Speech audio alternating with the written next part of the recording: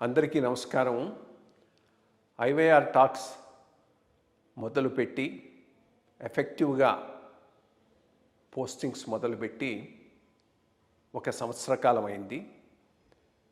ఈ సంవత్సర కాలంలో సబ్స్క్రైబర్స్ బేసు 3,000 నుంచి 33,000 దాకా పెరిగింది. ఐవైఆర్ టాక్స్ను ఆదరిస్తున్న మీ అందరికీ నా ధన్యవాదాలు. భవిష్యత్తులో కూడా ఇదే రకంగా ఐవైఆర్ టాక్స్ని మీరు ఆదరిస్తారని ఆశిస్తూ ఉన్నాను. Thank you. కొన్ని చోట్ల బ్యాడ్ అని ఆ కమిటీస్ వేసి రిటైర్డ్ ఇంజనీర్లు చీఫ్లు తర్వాత ఎలా వేసేవారు వాళ్ళు. సంవత్సరాల తర్వాత నో డెసిషన్ అండి. I decided everything with in 1 month లోపల అయిపోవాల్సిందే, లేకపోతే అసలు స్కీమ్ ఎలా అవుతుంది అన్నీ ఆన్ ది స్పాట్ డిసైడ్ చేసేవాడిని. ఒక ఎల్ఎన్టీ ప్రొఫెసర్ ఒక ఆయన ఉండేవారు అక్కడ, ఎల్ఎన్టీ అంటాను, ఐఐటి ప్రొఫెసర్ గారు. ఆయన సలహా తీసుకునేవాడు. ఆయన నా కోసం వచ్చేవాడు. ఆయన అక్కడి నుంచి రామకృష్ణకి బాగా ఫ్రెండ్, రామకృష్ణ కొలీగ్ అనమాట, ఐఐటి మెడ్రాస్. ఆయన వచ్చి నాకు కూడా సరే ఈ రకంగా చేసేద్దామని సరే అలాగే చేసేసి అన్నీ చేసాం. తర్వాత నేను కొత్తగా ఇంట్రడ్యూస్ అయిన స్కీమ్స్ వాళ్ళు రెగ్యులర్ స్కీములకు పెట్టుకున్నారు. అంతవరకు ఎవరు ధైర్యం లేదు వాళ్ళకి. ఆ రకంగా మొత్తం మీద స్కీమ్ పాపం అప్పుడు చక్రపాణి నిజంగా నాకు చాలా హెల్ప్ఫుల్గా ఉండేవాడు. ఆ రకంగా చక్రపాణికి నాకు ఎక్కువ సంబంధం వచ్చింది. ఆయన డిప్యూటీ సెక్రటరీగా ఉండగా నన్ను సేవ్ చేయడానికి జనార్దన్ రెడ్డికి చెప్పి లోపల తీసుకురావడం, ఆ రకంగా సేవ్ చేశాడు అప్పటి నుంచే. తర్వాత సెక్రటరీ అయినప్పుడు కూడా ఇంకా మీ ఇద్దరం కలిసి పని చేయడం, ఇంకా నేను చక్రపాణి ఇండైరెక్ట్గా ఆ వేళ నుంచి ఇంకా ఫర్ ఆల్ ప్రాక్టికల్ పర్పస్. ఆయన సెక్రటరీ ఇరిగేషన్ కదా, చక్రపాణి సెక్రటరీ ఇరిగేషన్, ఇది ఇరిగేషన్ కింద జరిగింది. బట్ మీరు అడ్వైజర్ టు పంచాయతీరాజ్ డిపార్ట్మెంటా ఓవరాల్? అప్పుడు పంచాయతీరాజ్లో ఉన్నా కానీ ఆయనతో లింక్ వచ్చేసింది ఈ వర్క్స్ మూలాన్ని. ఎందుకంటే నేను చేసే పని వాళ్ళది కదండి, ఇరిగేషన్ వర్కులు చేసేవాడిని. అందుకని ఆయనతో నాకు బాగా.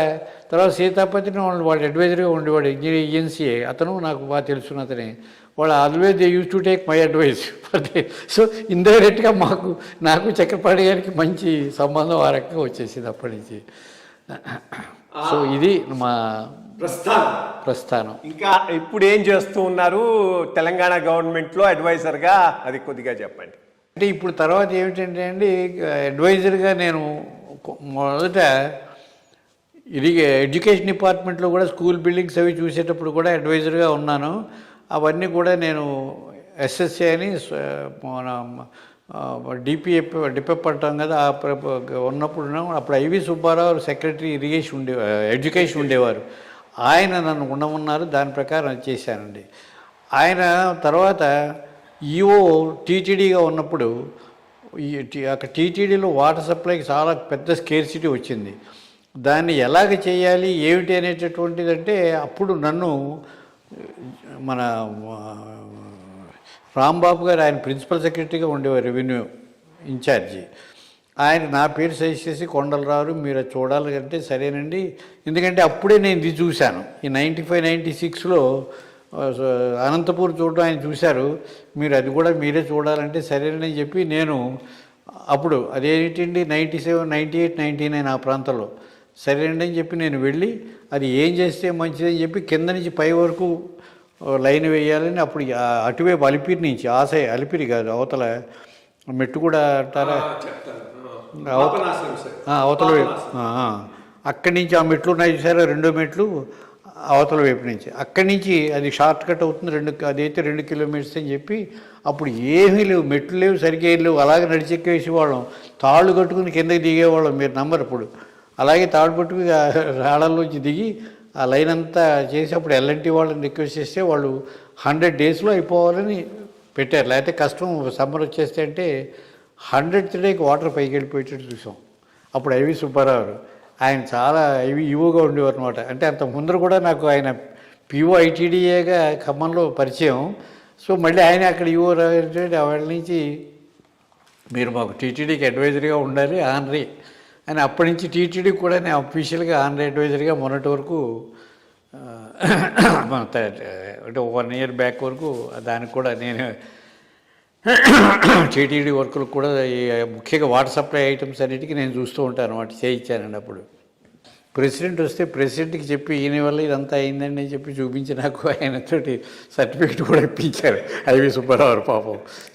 మన తిరుమల వాటర్ సప్లై ఇవన్నీ తర్వాత మీరు ఉన్నారు, మీరు ఉండగా కూడా యోగా ఉన్నప్పుడు కూడా చేయడం జరిగింది. అదృష్టవశాత్తు మీ ఆధ్వర్యంలో కూడా చేసేవాళ్ళు, కొన్ని పనులు అలా చేస్తూ ఉండేవాళ్ళం. తర్వాత ఈ గవర్నమెంట్ ఆఫ్ ఇండియా మనకి ఎంజీఎన్ఆర్ఎస్ కింద మెయిన్గా ఫండ్స్ ఇస్తుందండి.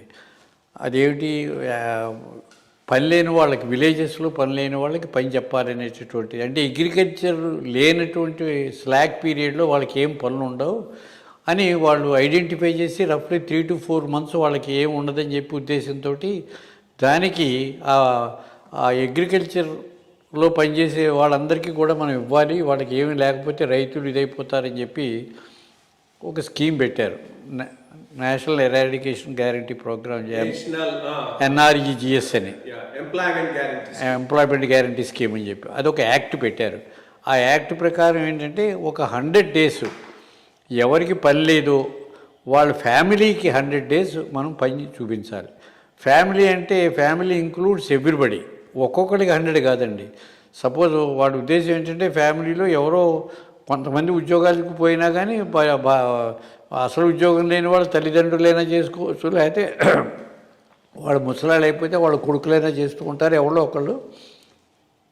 కాబట్టి ఆ ఫ్యామిలీ అందరికీ కలిపి ఒక 100 days మనం ఇవ్వాలి అనేటటువంటి ఇది పెట్టి వాళ్ళకి monthly daily rate government of India fix చేసి చేయాలని.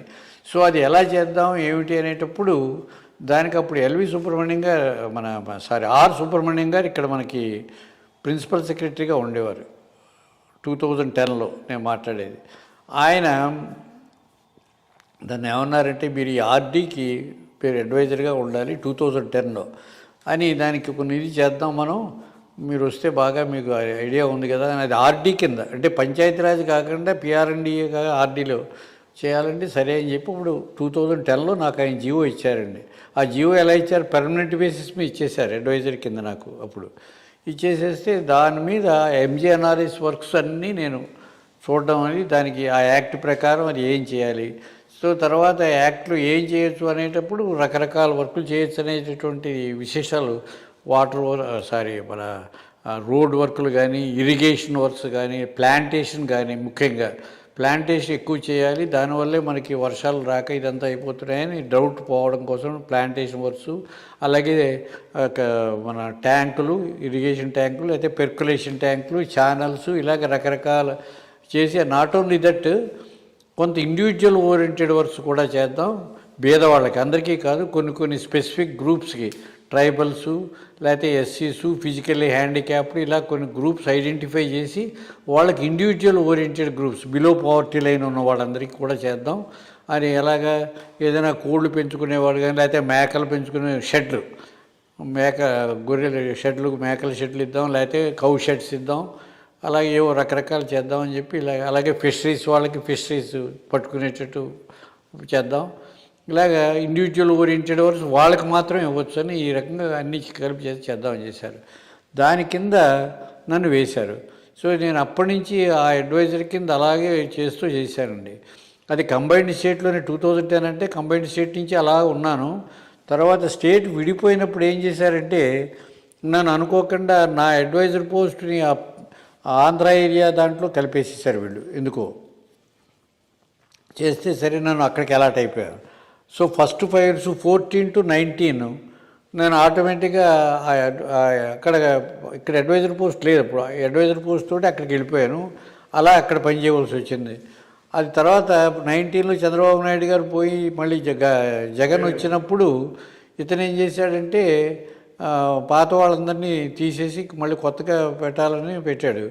ఇంకా అది అప్పుడు ఆటోమేటిక్గా మమ్మల్ని రిలీవ్ చేశారు. రిలీవ్ చేసేస్తే అంటే ఒక 2-3 నెలలు పనిచేసాం ఆయన వచ్చాక కూడాను. తర్వాత రిలీవ్ చేసేసారు, ఏదో అందరినీ to be relieved order, general order ఇచ్చారు. రిలీవ్ చేసేసారు కానీ నా జియో క్యాన్సిల్ చేయలేదు. సరే నేను ఇక్కడికి వచ్చేసాను. ఇక్కడికి వస్తే ఇక్కడ అతను పాపం ఇప్పుడు అగ్రికల్చర్లో ఉన్నాడు కదా సెక్రటరీ, అతను కమిషనర్గా ఉండేవాడు, ఇప్పుడు అగ్రికల్చర్లో ఉన్నాడు ఆయనకి నా గురించి తెలుసుకుని ఒకసారి ఫోన్ చేశాడు, కొండలరావు మీరు ఒకసారి వస్తారా అన్నారు. ఏమిటంటే మిమ్మల్ని మేము తీసుకుందాం అనుకుంటున్నాం, అంటే నా ఉద్దేశం అప్పుడు శాంతికుమారి ఆయనకి చెప్పినట్టుంది. శాంతికుమారికి కలెక్టర్గా ఉండగా నేను వాటర్ సప్లై ఇది మెడక్లో చేశాను. ఆవిడ బాగా పరిచయం నాకు. అందుకని శాంతికుమార్ ఏమో అప్పుడు ప్రిన్సిపల్ సెక్రటరీ ఫారెస్ట్ ఏదో ఉండేదండి. అండ్ ఆల్సో సీఎం దగ్గర ఉండేది ఆవిడ. Secretary CM also. ఆవిడ చెప్పినట్టుంది కొండలరారులో వచ్చేసారు వెనక్కి, ఆయనకి ఏదైనా అంటే వెంటనే ఈయన తెలుసుకుని రండి అని నేను చూపించాను. అంటే ఆ జీవో ప్రకారం మీరు ఇప్పటికీ అది కంబైన్డ్ స్టేట్లో ఇచ్చారు కాబట్టి మీరు ఇక్కడ ఉండొచ్చు అక్కడ ఉండొచ్చు, నేను ఐ విల్ యాక్సెప్ట్ దిస్, ఇదే దీంతో రాస్తాను. వెంటనే పాప ఆయన రాసేసి ఈ జీవో ప్రకారం we can continue Hume as per requirement every month every year we can extend depending upon the necessity అని చెప్పి ఆయన రాసి పంపిస్తే మా సెక్రటరీ సంతకం పెట్టేశాడు. మినిస్టర్ కూడా ఎస్ గో హెడ్ అని ఇచ్చేసాడు. ఇంకెవరు అబ్జెక్షన్ పెట్టలేదు. సో ఆయన ఏమో నాకు వెంటనే మీరు జాయిన్ అయిపోండి అని చెప్పి ముందర ఒక 31 ఏదో నెక్స్ట్ 1.5 years వచ్చింది, అంతవరకు ఇచ్చేశారు. తర్వాత ఈయన ఆర్డర్స్ తీసేసుకున్నాడు. ఆ జీవో ప్రకారం ఆయనకి ఉంది కాబట్టి the commissioner may be permitted to extend as and when required అని అంటే దానికి ఇచ్చేశారు. అదేక మళ్ళీ 1 year అతనే ఎక్స్టెండ్ చేశాడు. ఇంకా అక్కడి నుంచి ఎవ్రీ 1 year అలా ఎక్స్టెండ్ చేసుకుంటూ వచ్చేస్తున్నారు వాళ్ళు. ఇక్కడ 19 to 24 వరకు అలాగే 24 వరకు అయిపోయింది.